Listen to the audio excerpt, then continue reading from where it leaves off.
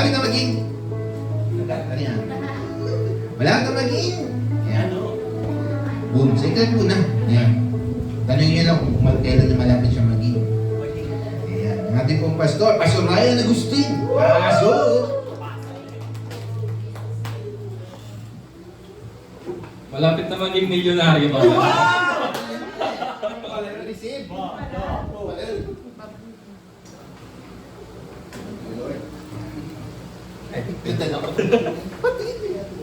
Hinaharap ko. Wala ko pa yan. Good morning po! Good morning! Pakibati katabi nyo, sabi mo sa kanya, good morning sa'yo! Good morning sa'yo! Speak ka ng blessing sa katabi mo. Lay hands mo katabi mo, speak blessing. Sabi mo, pray for the Lord in Jesus' name. Breakthrough, victory in Jesus' name. Amen. Amen. Amen. Okay. And good morning din po sa mga nanonood sa Facebook Live natin and also sa replay natin. Okay? And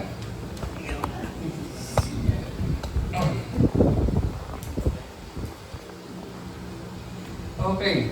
Nabanggit ni Pastor Ray kanina yung for peace. No, yung for peace. Ngayon meron na yung place ko rin, medyo, din doon, similar, 3 piece no? 3 piece. Kaya ang topic na nagbigay ko sa akin, it's either about evangelism, about discipleship, or about preparation natin sa Holy Week. Pero mag-stick ako dito sa Great Commission ni Lord. Okay? Sino nakakala ng Great Commission? Yes. Ako po, Lord. Sige, kung may Bible kayo, pakibukas ang Bible nyo sa Matthew 28:16 to 20. Ayan. Matthew 28:16 to 20. Ang title po nito is The Great Commission. Okay? So, basahin natin. Then, the 11 disciples went to Galilee, to the mountain where Jesus had told them to go. When they saw him, they worshipped him, but some doubted. Take note of that, but some doubted. Then Jesus came to them and said, all authority in heaven and on earth has been given to me. Therefore, go and make disciples of all nations, baptizing them in the name of the Father, and of the Son, and of the Holy Spirit, and teaching them to obey everything I have commanded you. And surely I am with you always to the very end of the age. Let's pray. Lord, maraming pong salamat sa araw na ito, Panginoon. Guide us, Lord God, as we study your word. Give us wisdom, knowledge, and understanding, Panginoon. Let your will be done and not mine, Lord. And I declare covering and protection dito sa church na ito in Jesus' name. Amen. Amen. So, ang title po ng topic natin is, of course, the Great Commission. Hindi ko na inisipan pa ng anything na sa other top title. Ito na yun The Great Commission na yun. Ito na yun. Back nga, Job. Back. Go back, Job. Yun, The Great Commission. Ikaw ba yung nasa tuktok? Ako yung nasa tuktok. Talaga? Hindi. So, konting background story tayo, Bago sabihin to ni Jesus, itong Great Commission sa 11 disciples, 11 na lang sila, Because si Judas nag-suicide. Because nag-guilty siya, sa ginawa niya kay Jesus. Pero I believe, kung si Judas hindi siya nag-suicide, i-redeem ni Lord. I'm pretty sure i-redeem niya ni Lord. Kaso yun, tama sa Pastor Ray, choice ni Judas na tapusin yung life niya. So yun, bago sabihin ni Jesus yung 11 disciples itong Great Commission, ito yung araw na nabuhay si Jesus after niya mamatay for 3 days, So, nalaman nila Mary Magdalene na nabukas yung rock, kung saan yung tomb, kung saan nakalibing si Jesus. And sabi, may angel doon biglang dumating at kinausap sila Mary Magdalene na huwag silang matakot, na si Jesus papunta na ng Galilee. Sabihan mo yung mga 11 disciples. So, agad-agad naman na pumunta si Mary Magdalene at hinanap yung mga disciples niya. Then, nakita niya si Jesus. Hindi nga sinabi ni Jesus, no, na go to my brothers. Tell them that I will go to Galilee. And then, eto na, nung papunta na si Jesus sa Galilee, nasa Galilee na si Jesus and yung mga 11 disciples, went to the mountain. Sabi ko, Lord, bakit kaya sa dami-dami ng pinuntahan mo na lugar, Galilee yung napili mo. Very significant si Lord sa Galilee. And remember, Galilee, dito si Lord lumaki. Dito siya lumaki at before mag-start yung ministry niya for 30 years, dito siya nanalagi, no? Sa Galilee. And nag-research ako, no? Sabi ko, ano ba tong mountain na to? Specific mountain na to. Bakit dito napili ni Jesus? Sa mountain niya sabihin, yung Great Commission. And based sa mga studies, itong mountain daw na to, dito daw naganap yung Transfiguration. May isa pa eh.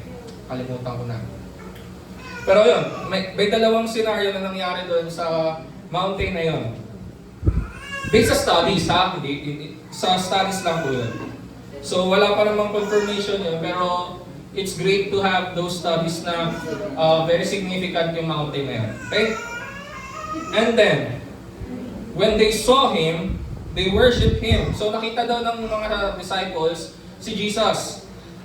They worship Him, and some doubted. Hindi natin alam kung sino yung mga nag-doubt, no? Sabi mo sa tayo, nag-doubt ka ba kay Jesus? Ay, kilala ko yun. Nakilala ko siya. Sino Pastor? Nag-discern ni Kuya Jobin. Nag-discern ni Kuya Jobin kasi nag-doubt. Sino daw yung nag-doubt? Okay. Di natin alam kung ilan sa 11, out of 11, ilan yung nag-doubt, out of 11, ilan yung nag-worship. Basta alam natin, may nag-doubt, and some worship. No? Bakit ko pinapa-take note yun? Kasi po, sa buhay natin, or when we do the Great Commission, darating yung time magdadaw talaga tayo. No? May instances magdadaw tayo. Even ako, nag-doubt ako nung time na mag-share ako ng word ni Lord. No? For example, nung college ako, very active sa pag-evangelize, no? But there are times na magda-doubt ako na, Lord, papagalinin mo ba tong taong to? Jesus, matatagpuan ba ikaw ng taong to? Or ma-encounter ka ba niya? There are times naman na very confident ako na in Jesus' name be healed. Gumagaling. There are times na, Lord, totoo kaya na masakit ang balikat nito kasi yung nare-receive ko, masakit ang balikat niya. So may mga ganon, may instances na ganon tayo sa buhay natin. At darating din yun na katulad ng mga disciples. Remember, mga disciples na to ni Jesus, ha? Hindi lang sila basta-basta na mga follower ni Jesus. They are disciples, they are chosen. And tayo, bilang isang believer, we are also chosen by God, by Jesus. Sabi mo sa tabi mo, you are chosen. You are chosen. Disciple ka ni Lord, no? So darating sa time natin, there will be an instance, no? Kung hindi man, that's great, no? Kung hindi man ikaw mag-doubt kay Jesus, that's great. Pero there will be an instance na para magtatanong ka na, Lord, tama ba itong nare-receive kong word of knowledge? When we say word of knowledge, kapag for example mo magpe-pray tayo ng kunyari may na-encounter kang stranger, and suddenly biglang sumakit yung likod mo, di naman masakit yung likod mo, biglaan na lang, at that very moment, sumakit likod mo. Possible na yung na-encounter mong stranger, masakit ang likod, pinaparamdam sa'yo ni Lord, yung nararamdaman ng tao.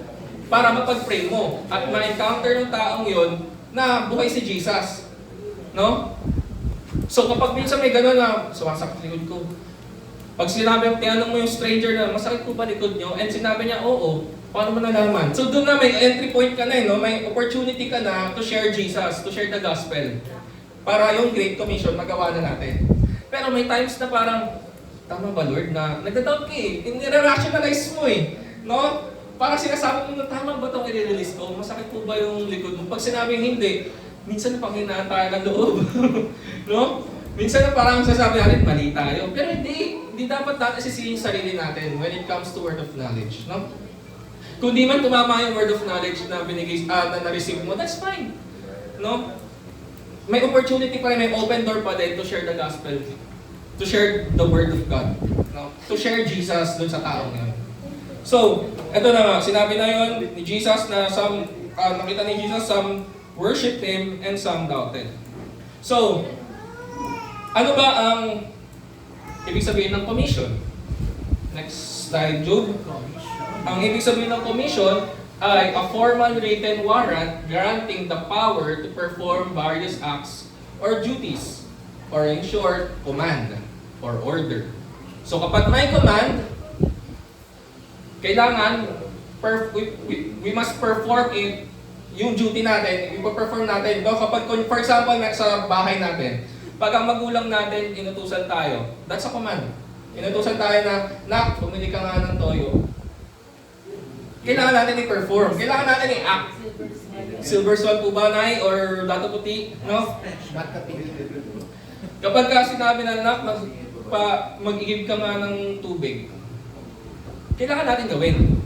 No? Same thing, itong commission na binigay ni Jesus, na sinabi niya, ano sinabi niya? Go and make disciples. So, kailangan natin gawin.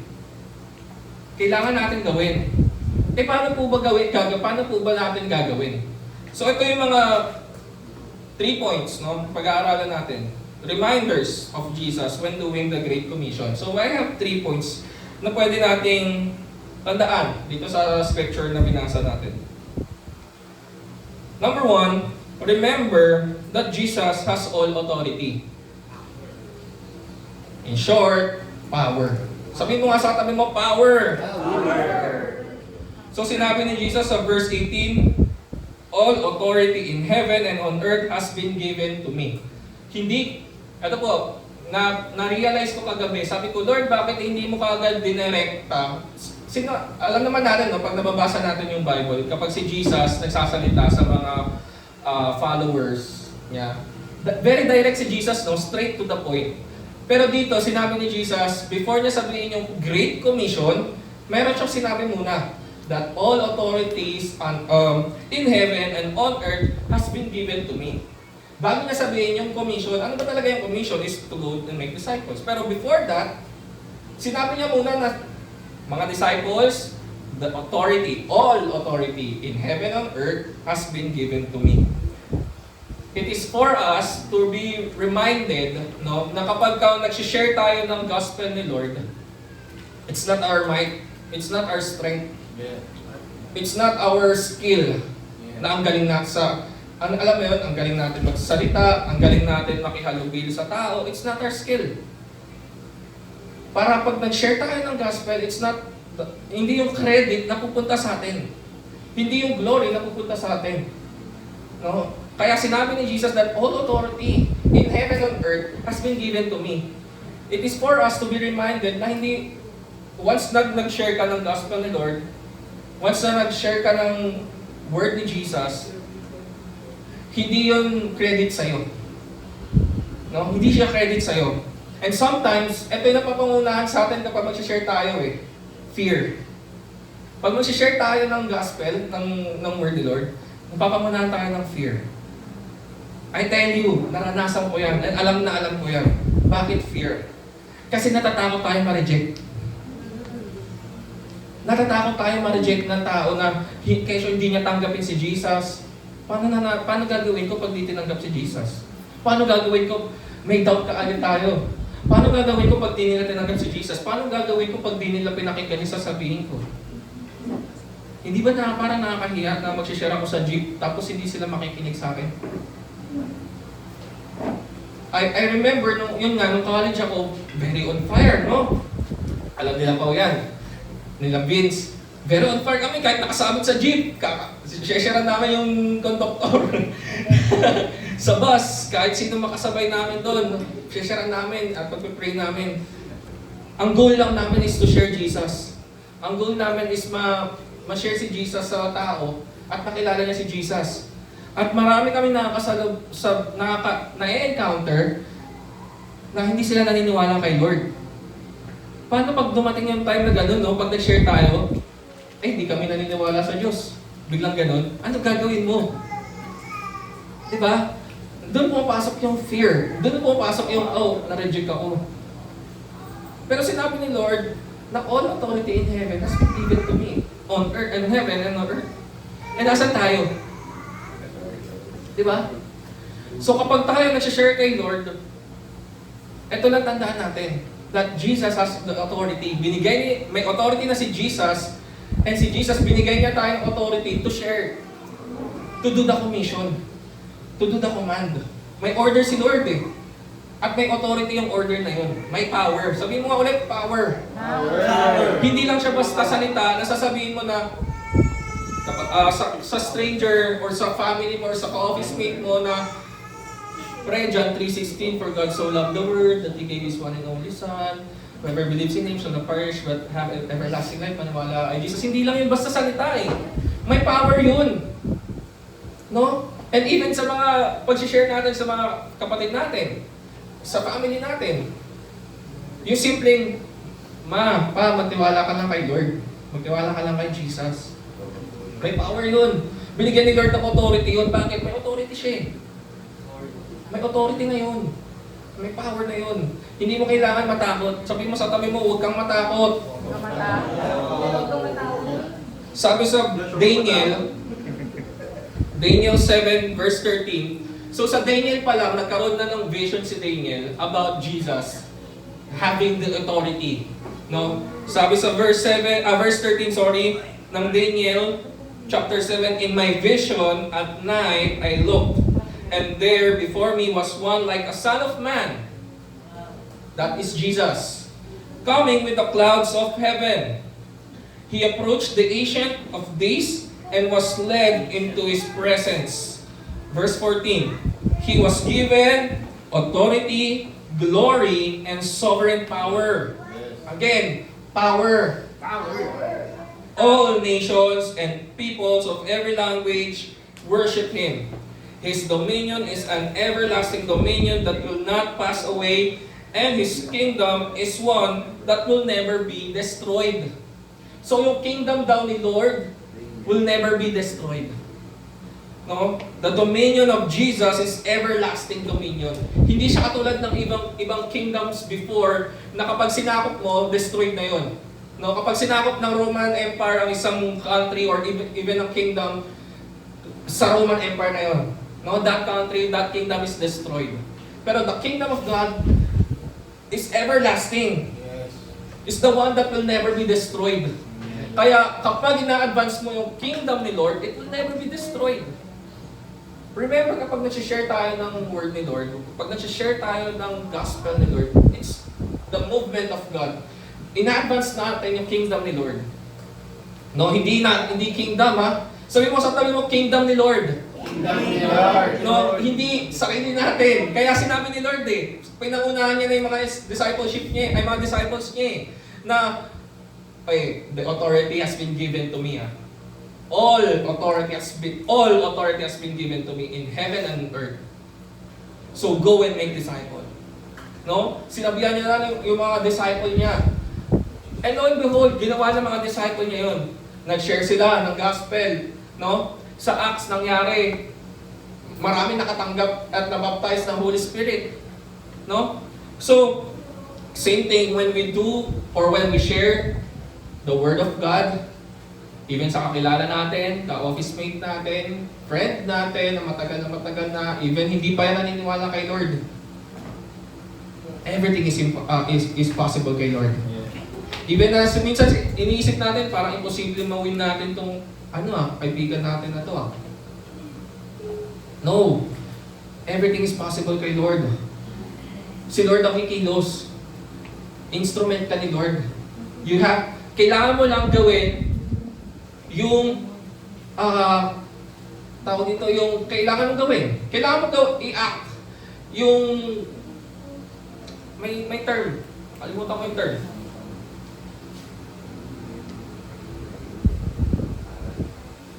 Nakalimutan ko yung term, nasa dulo na ng dila ako. Ano to? Nakalimutan ko na, nawala na siya. Kailangan mong gawin yung inutos sa'yo ni Lord. No? Si Lord, ang gagawin niya is to encounter that person. Pero para ma-encounter ng tao ngayon si Lord, kailangan mong gawin is to share the gospel. To share the word. Amen?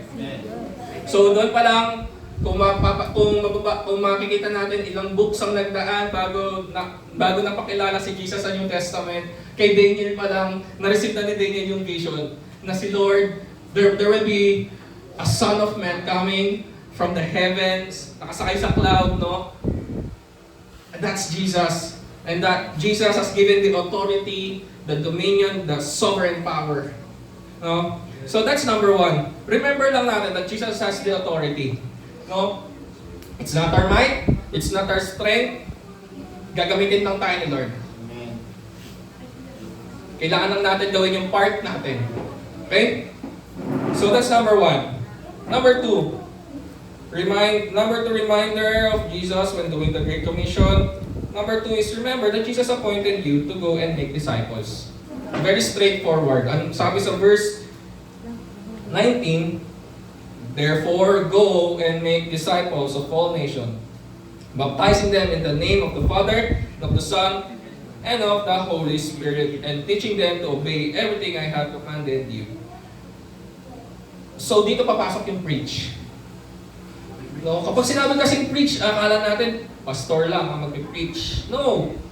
Kapag tayo nagkaroon ng open door to share the gospel, ayun na yung pulpit mo. Doon ka na mag-preach. You're preaching the Word of God. Sabi sa Mark 16, verse 15 to 20, alam na natin to. He said to them, go into all the world and preach the gospel to all creation. Sino kausap ni Jesus dito? Mga believers. His disciples. And sabi dito, whoever believes, sino daw? Whoever believes. Sino ang mga naniniwala? And is baptized will be saved, but whoever does not believe will be condemned. And these signs will accompany those who believe. Sino ulit yung mga mag-accompany ng signs and wonders? Those who believe. In my name, they will drive out demons. They will speak in new tongues. They will pick up snakes with their hands. And when they drink deadly poison, it will not hurt them at all. They will place their hands on sick people and they will get well. So, sinabi ni Lord Jesus to, and then he went up in the heaven and sat at the right hand of the Father. So, preach. No? Hindi lang siya for pastors. Kapag nag-share tayo ng word ni Lord, that's our pulpit. I remember nung uso pa, uso na naman na ngayon, yung pagpunta ng office. Pero, kasi di ba, nag-pandemic kaya nag-work from home na tayo. Pero before ng pandemic, nag-office talaga tayo. That's the normal thing na pumupunta tayo ng office, no? Everyday yun. So, nung nag-office pa ako, kasi nasa ibang department pa ako noon, may isa akong ka-office mate, nag-share siya. Sabi niya, Ryan, totoo ba yung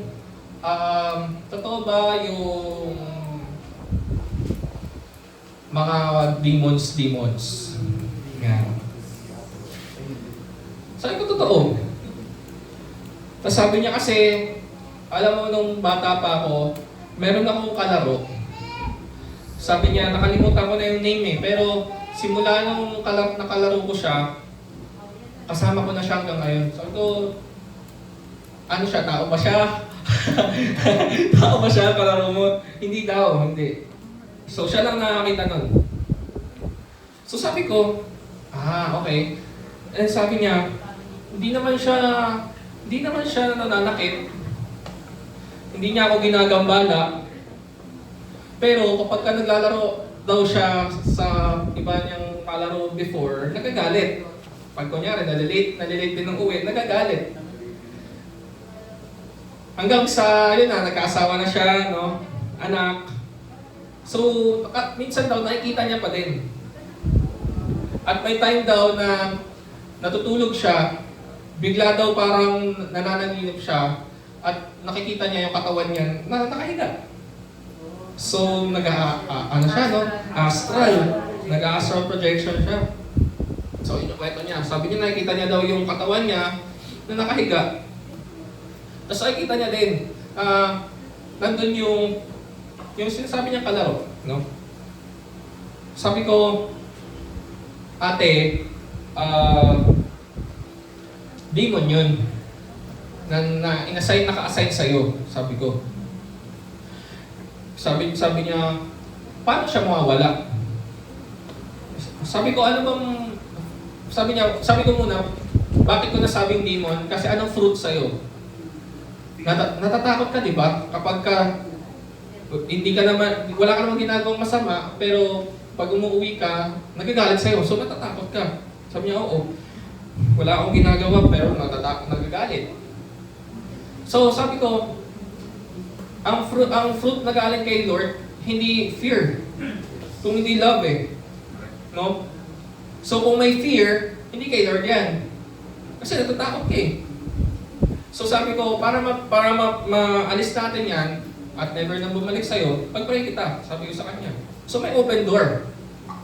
Doon kami sa cafeteria. Daming tao nun.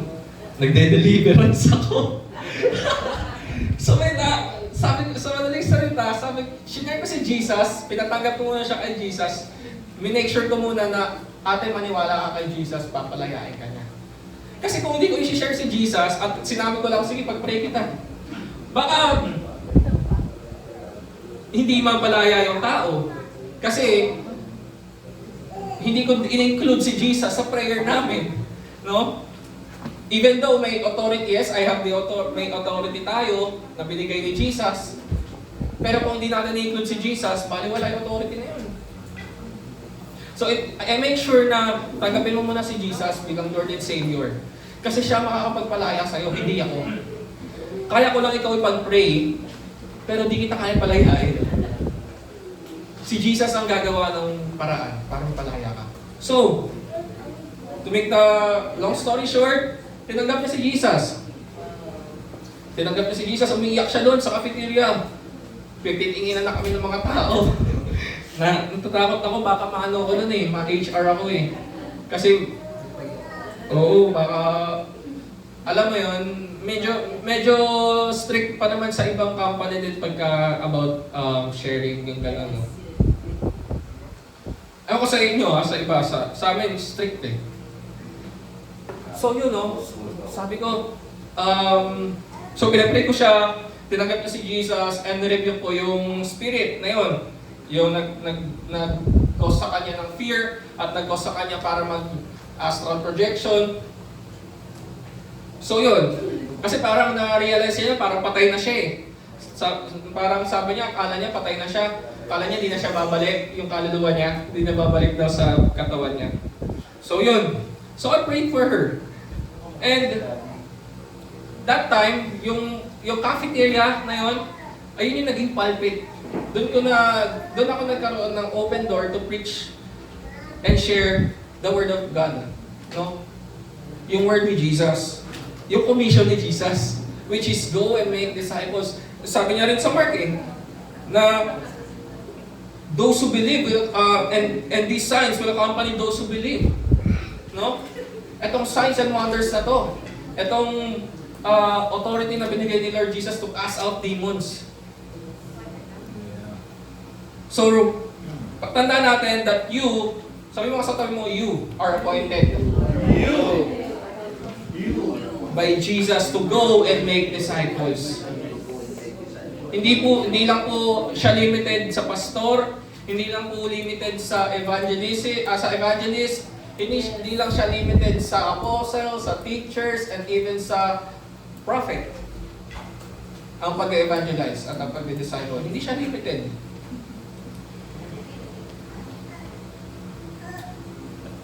Even ikaw na uma-attend lang, na nagsiserve kay Lord through service or through praise team, through intercessor, pwede ka din. No? Pwede ka din mag-disciple or mag-evangelize. Hindi siya limited. No? Kaya nga tayo limitless. No? Hindi limited. Hindi lang siya, hindi ako evangelist eh. Hindi para sa akin yan. Sabi ni Lord, those who believe. Sino ba yung mga believer? Sino mga naniniwala? Tayo. Unless hindi ka naniniwala. Doubter. Sabi mo sa tabi mo, hindi ka doubter. Believer ka.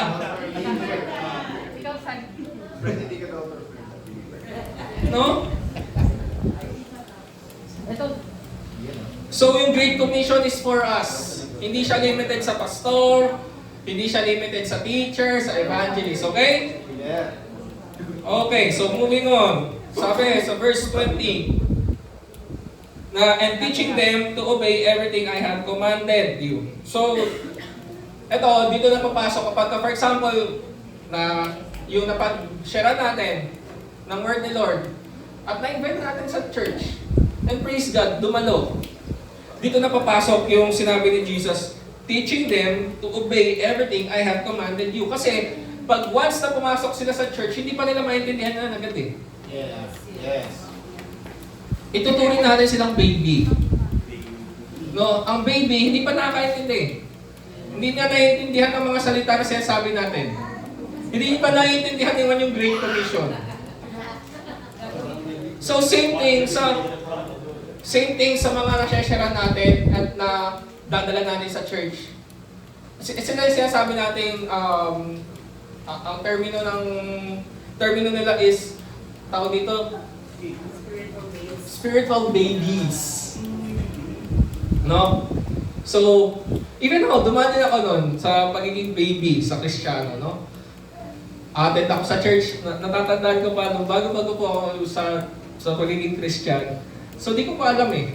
Sabi ko, baka magkasala ako kasi umattend ako sa Christian, born again Christian, Catholic ang religion ko. So sabi ko, baka magkasala ako kasi dalawa yung ina-attendan. Dito ako uma-attend, which is hindi na sa Catholic ako. So sabi ko, ganito gagawin ko para di ako magkasala. So ganito ginawa namin ni Vince. Dalawa kami ni Vince, usap kami dalawa. Kasi naging guilty kami noon na para hindi kami, dito sa Christian, ating kami pero sa Catholic. Sabi ko, ganito gawin natin Vince. Sa umaga, dito tayo sa born again Christian. Sa hapon, Catholic tayo. Katapat lang. yung church before, magkatapat lang. Tamang-tama, no? Magkatapat lang. Yung church natin before, sa Robinson's Home. So, katabi lang, katapat nun, Catholic Church. Hindi ko naman sa Christian. So, eto na nga, no? Kung ganun ginawa namin ni Vince, one Sunday, attend kami ni Vince. Sa umaga, happy day, no? One way, Jesus! Ano yun, no? Pagdating ng hapon, papaalam ulit ako sa tatay ko. Mag-church lang kami. Nag-church ka na kanina umaga, nagsipa ka na naman ngayon. Baka lumagpas ka na ng lahat. Baka sumobra bite mo ha. Mga ganun tatay ka, nilaloko ko. Pero di niya alam sa ano pa lang. Eh di, punta na kami ni Vince doon. So,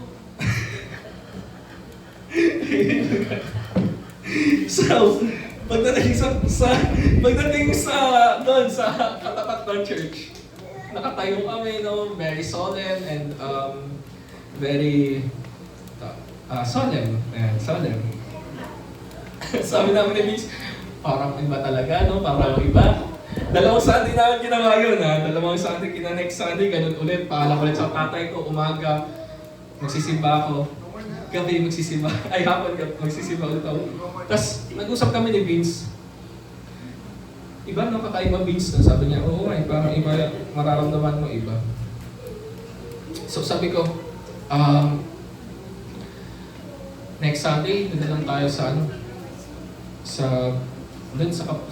Christian, sabi ko. Sabi niya, sige.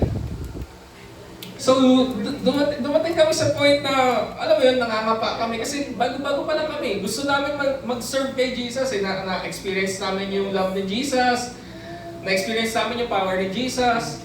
Tapos, sakto pa no, nung pagdating namin sa church noon, ang topic is power of declaration. So sabi namin, anong power of declaration? Bakit may power ang pagde-declare? Sabi namin, no? So sinabi doon ni Pastor Rina, no? Sa power of declaration, may power ang tongue to speak life and death. So sabi namin, talaga? So sinabi nilatag ni Pastor, no? Yung verses, yung mga example, mga testimonies. So galing! So hangang-hanga kami. Eh dito ngayon, no? Ginamit ko ba agad eh. Sabi ko, Lord, papasok ako ng ng school. Sabi ko, Lord, ang tagal ng jeep. Sabi ko, wala akong masakyan. Tapos sabi ko, Lord, kung totoo, power of declaration, I declare may bus na darating, walang laman. Ako lang, dapat.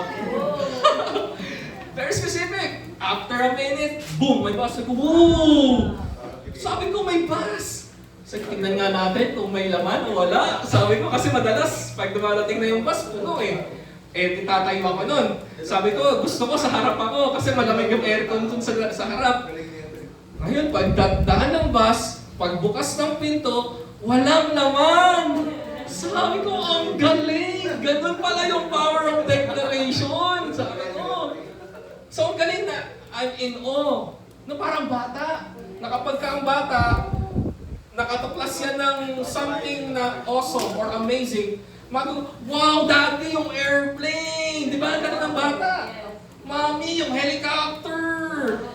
So, ganun din tayo as a baby Christian, no? Yung baby pa tayo as a Christian. So, ganun, nagdaan ako doon. No? Kaya, sinasabi ni Jesus dito, once you go and baptize, make disciples, no? Teach them to obey everything I have commanded you. Doon matututunan ng baby Christian kung paano na kumain ng solid food. No? Kung paano na matuto, paano niya na malaman yung gifts niya. Di ba? Hindi naman agad-agad na pagka dating niya sa church, magde-deliverance ako. Hindi agad-agad eh. May question mark pa nga yan pagka bagong Christian ka eh. May question mark pa yan. Ano yung deliverance? First time ko lang marinig yun nung nag-church na ako. Ano yung deliverance? Ano yung, may isa pa eh, ano yung slay? No? May word na slay. Ano yung disciple? So may mga words ka, mga terminologies na matututunan ka na nag-exist pala yun. No? Akala ko kasi dati yung prayer na deliver us from evil, sabi ko bakit i-deliver tayo sa evil? Kasi diba, the word deliver, no, is pagka kunyari magpapadeliver ka, i-deliver sa'yo. So, bakit deliver us from evil kami? Ibibigay sa evil? Sabi ko, parang, so, hindi mo maintindihan, for in short,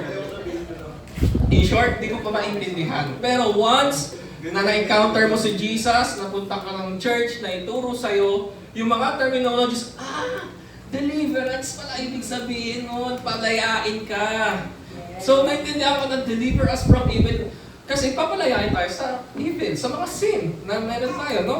So, doon, nakakatuwa lang balikan yung, try nyo balikan, no? Nung mga panahon na baby pa tayo sa Christian natin. Ano yung mga nakakatawang moments nyo kay Lord?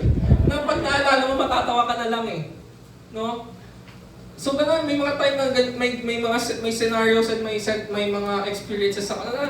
Pag naalala ko, matatawa na lang ako. At dahil natatawa ako kasi ang galing ni Lord. Ganun kumilos si Lord. Ganun mga lambing si Lord. Lalo na pagka, ito yung sinasabi nila before, na kapag ka daw, sa first 3 months ng pagiging Kristiyano mo, puro daw persecution yan. Sabi yan sa amin eh. Pero after daw that, parang probation ka na. So nakatakas ka na sa mga persecution. Pero naranasan ko rin yun. Parang first 3 months ko parang may mga persecution ako. So yun, isa pa yun. Word na persecution. Ano yung persecution? No? So doon ko nalaman yun eh. So sabi ko, first 3 months, pinapagalitan ako ng tatay ko, na nalaman na nag-attend ako sa Christian. Sabi niya, hindi ka dapat yan. Bahay lang yan. Hindi yan simbahan. Nung nalaman niya yun. Hindi yan simbahan. Bahay lang yan. Sabi ko, alam sagot ko sa tatay ko nun, hindi naman bahay yung sinasamba namin. Ibig sabihin ng church, si Jesus yun. Ang kulit, no? Baby na baby, no? Ang cute. Talagang pinagtanggol ko nun. Hindi porket church, ibig sabihin yung bahay. Yung church, yung mga tao yun na naniniwala kay Jesus. Ay, nako, kulit lang. Pag naalala ko, natatawa ako. So, natututunan mo, parang yun nga, going back, may mga persecution. No? Papauwi na ako ni Papa nang walang any reason. Wala akong kaalam-alam sa bubong. Pauuwiin niya ako, mag-ayos ka ng bubong. Kakatapos lang namin mag-praise and worship noon. Karami yung joy ko na mag-praise and worship noon. Tapos biglang may titingin sa pintuan, ate ko, tapos hinahanap, si Ryan po. Ay Ryan, tawag ka. Tatanong ko na sa ate, bakit ate, uwi ka daw? Sabi ni Papa, lagot ka. Pag uwi ko naman, papaalam muna ako sa kanila, no? Pag uwi ko sa bahay, sasabihan sa akin, alika dito sa bubong, mag-ayos ka ng bubong. Anong alam ko sa pag-aayos ng bubong? Di ba? So may mga gano'n, mga persecution is, i-hinder ka para matuto ka. Ayun yung gagawin ng kaaway. I-hinder ka, gagamit yung kaaway, either your family, your friends, no? Your classmates, even my classmates before, nung nag-aaral ako. Nung time na nag-cell group kami, biglang dadaan yung isa kong kaklase sa gitna namin, naka-circle kami, dadaan siya doon, tapos magpapapansin. Tapos sasabihin niya, alive, alive, alive. Gaganunin niya ako sa... That's true. Ganun niya ako asarin. Wala lang naman akong ginagawang masama, kundi i-share si Jesus. Pero, dadaan siya doon, alive, alive, alive. Gaganon siya. Ako naiinis, pero syempre, binago ka, malalaman mo na binago ka na ni Lord, kailangan mo ng love, paparamdam mo sa Kanya, sinabi ko sa Kanya, tara, sali ka dito, alive, alive tayo. Sabi niya, ayoko, tapos umalis na siya. So, no, may mga times na ganun, hindi mo mawala yung ganun, na once na ganito po yan, once na i-move natin or i-advance natin ang kingdom ni Lord, there will be hindrances talaga. Ayaw kasi ng kaaway ma-advance yung kingdom ni Lord. Ayaw ng kaaway. Kasi yung kingdom nila, hindi nila ma-advance eh. Hindi nila ma-advance yung kingdom nila. Kaya ang gagawin lang nila is to stop you to sharing, sa pag-share ng word ni Lord. Sa pag-share ng Jesus. Ayun yung gagawin nila. Gagamit yan ng mga tao. At, di ba? Nagagamit si Juan. Amen, Juan. Amen, Juan. Gagamit yung kaaway. At buti na lang, si Lord, yung kingdom niya is very powerful, advancing yan. Kailangan lang talaga natin is to do our part. Okay? So, doon papasok yun, teaching them to obey everything I have commanded you. Ito po, naalala ko habang ginagawa ko tong sermon na to. Naalala ko yung 5 encounters of the Lord. Turo din na ni Pastor Ray, kung naalala natin. Sino nakakaalala nun? The 5 encounters of the Lord. Tagal na nun. Sabi sa 5 encounters of the Lord, unang encounter is personal encounter. Hindi niyo na maalala, Pastor? Preaching ni Pastor. 5 encounters of the Lord. Una, personal encounter. Kailangan ng isang tao magkaroon muna ng personal encounter. Ito yung mga taong na-sharean mo na si Jesus, no? At tinanggap nila si Jesus bilang Lord and Savior. May personal encounter na sila kay Jesus. No? They know Jesus. They believe in Jesus. Ay! Siyempre, Pastor, no? Thank you, Lord. Huwag natin ituloy na iyak si Pastor. So that's one encounter. Tandaan lang ito, hindi ko na isulat eh. Tandaan na lang natin. 5 encounters of the Lord. Number 1, personal encounter. Kailangan ng isang tao magkaroon muna ng personal encounter kay Jesus. Second encounter, truth encounter. Diyan papasok yung truth. Diyan papasok yung mga natututunan natin sa Bible. Diyan papasok yung word. Yung nakasulat sa Bible. Kailangan may truth na tayo.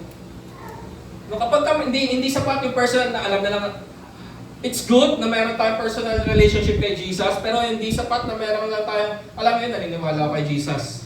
Pero hindi natin alam yung mga word, yung mga promises ni Lord. Ang daming promises ni Lord sa Bible na pwede natin panghawakan. And that's the truth. Kailangan meron tayong truth encounter. May panghawakan tayong promises ni Lord. Ano ba yung mga promises ni Lord? Psalms 23, the Lord is my shepherd. I lack nothing. I shall not in want. No? So ngayon, meron tayong promises ni Lord. Totoo yun. Ano pa? The Lord will not forsake you. The Lord will not leave you.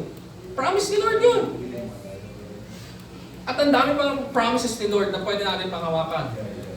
Truth ni Lord yun. That's the truth. Okay? So, ayun yung second encounter. Number 3 encounter is power encounter. Kailangan magkaroon tayo ng power encounter dito, papasok si Holy Spirit. Na tayo mababaptize tayo ng Holy Spirit. Para mag-move tayo in signs and wonder. Hindi sapat ang truth encounter lang. It's good na meron tayong kaalaman sa Bible, pero kailangan ma-activate natin yung mga gifts na meron tayo.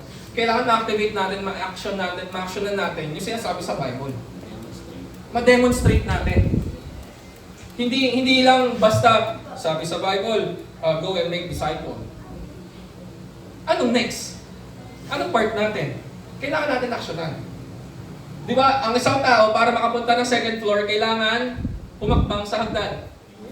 Hindi ka makakapunta ng second floor kung wala kang gagawin. Para makapunta ng church dito sa third floor, kailangan mo muna dumaan ng hagdan, second floor and third floor. Kung gusto mo, short, yung slide, yung, rampa.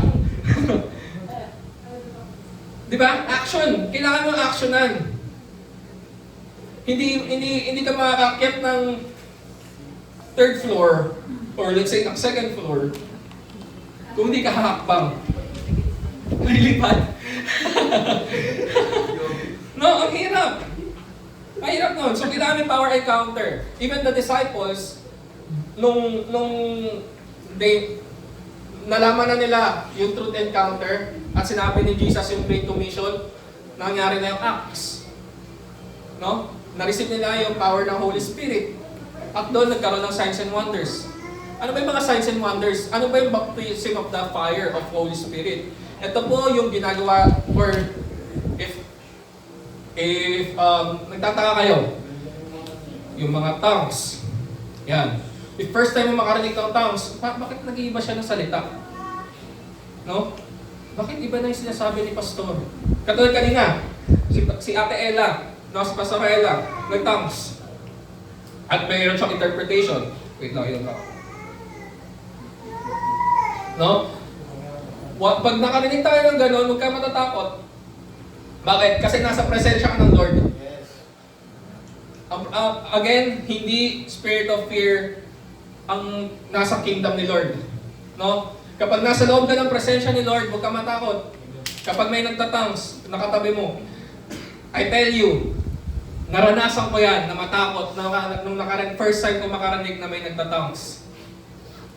Doon sa church, na inattend doon sa dating church, sa Robinson Souls pa, nagtang si Pastor. Sabi ko, wala, ano yung sinasabi niya?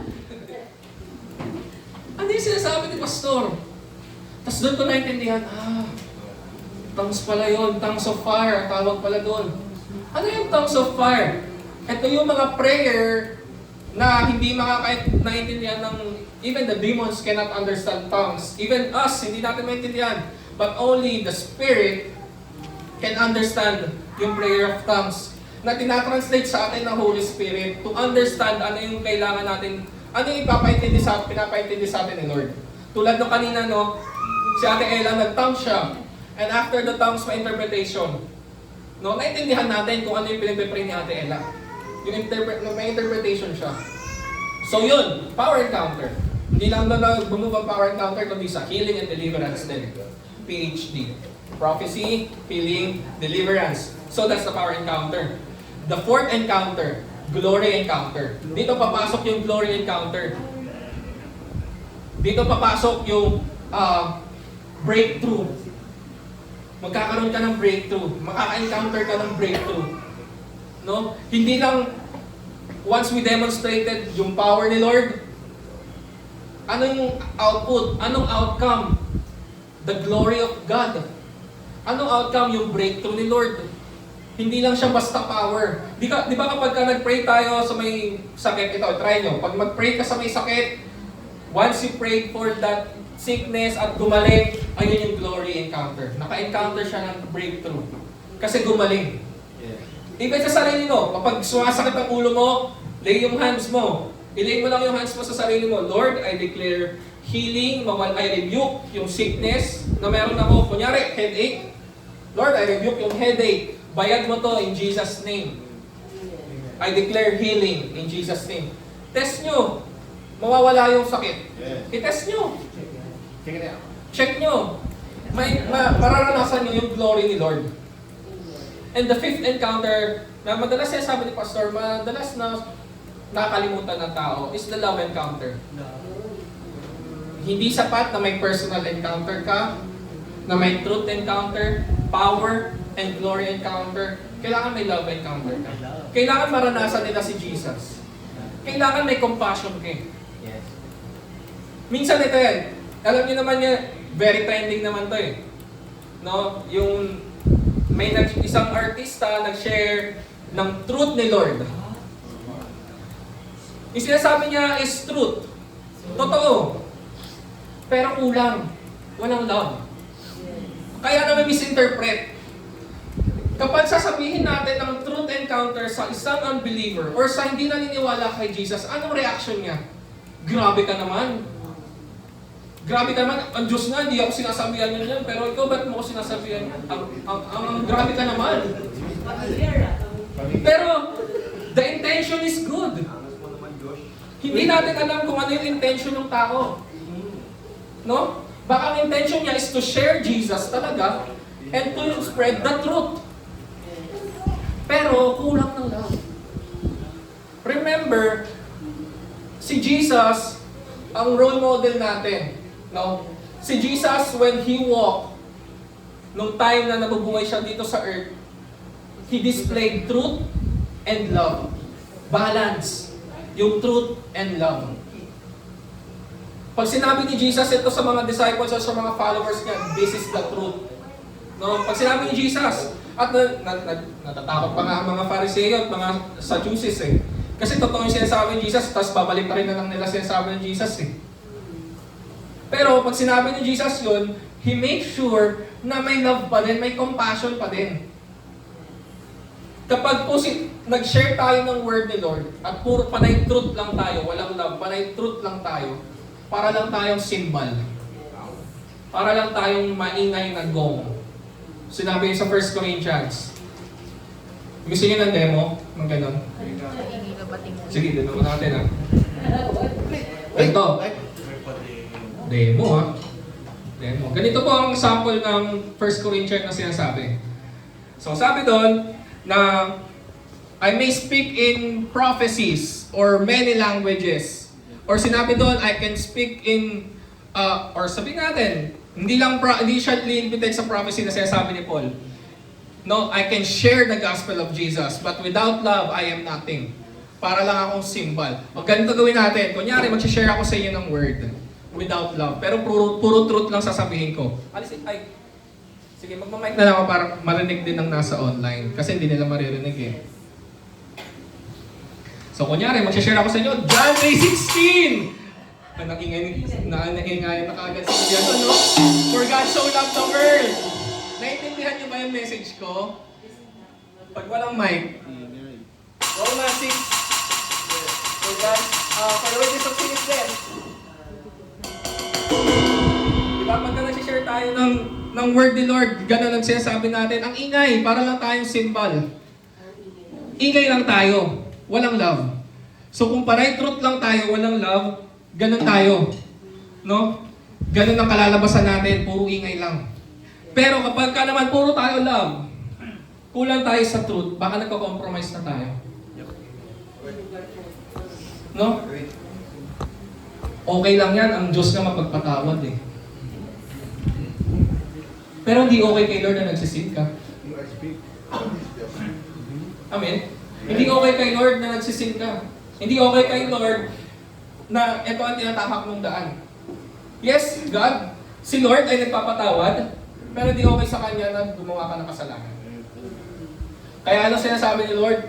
Confess your sins. No? He is faithful and just to forgive us from all or cleanse us from all unrighteousness. So kailangan mayroon pa rin tayong love and truth. Kasi kung puro love lang tayo, walang truth, kulang tayo sa truth, baka nagko-compromise na tayo. Check your hearts, no? Baka nagko-compromise na tayo. Okay lang yan. May grace naman. Remember, grace is not a license to sin. Yes. Hindi siya lisensya para tayo, alam mo yun, dumating ako sa point before na alam ko naman na papatawarin ako ni Lord eh. Mapapatawad si Lord, that's true. At alam ko naman yung sabi sa Word. Kapag kinonfess ko yung sins, He is faithful and just to forgive us or cleanse us from all unrighteousness. So, kung gawin ko man itong kasalanan na to, magre-repent na lang ako mamayang gabi. Magsasorry ako kay Lord. Patawarin naman ako niya. May grace naman eh. Mali po. Na kapag ka tayo, once na na-receive mo ang grace ni Lord, nag-repent tayo, dapat mayroong renewed life Yes. na bago. Hindi na natin ulitin. Kung magkapaman tayo, andyan si Lord para itayo ka. No? So,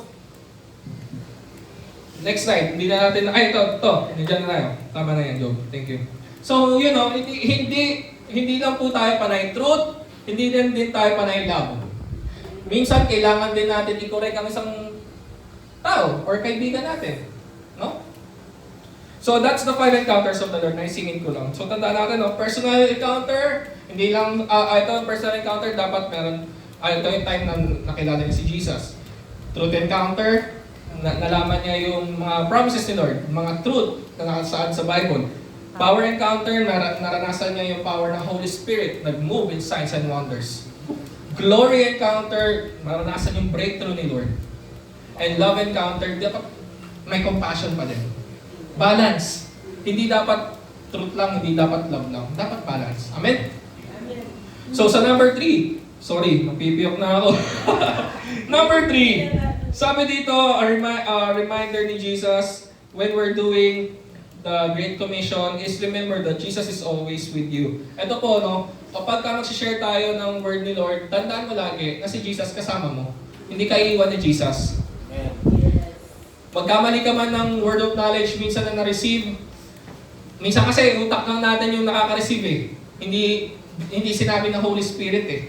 Minsan gagawa lang tayo ng isang setting, ng isang scenario sa utak natin na ay baka masakit katawan nito or baka masakit paa niya.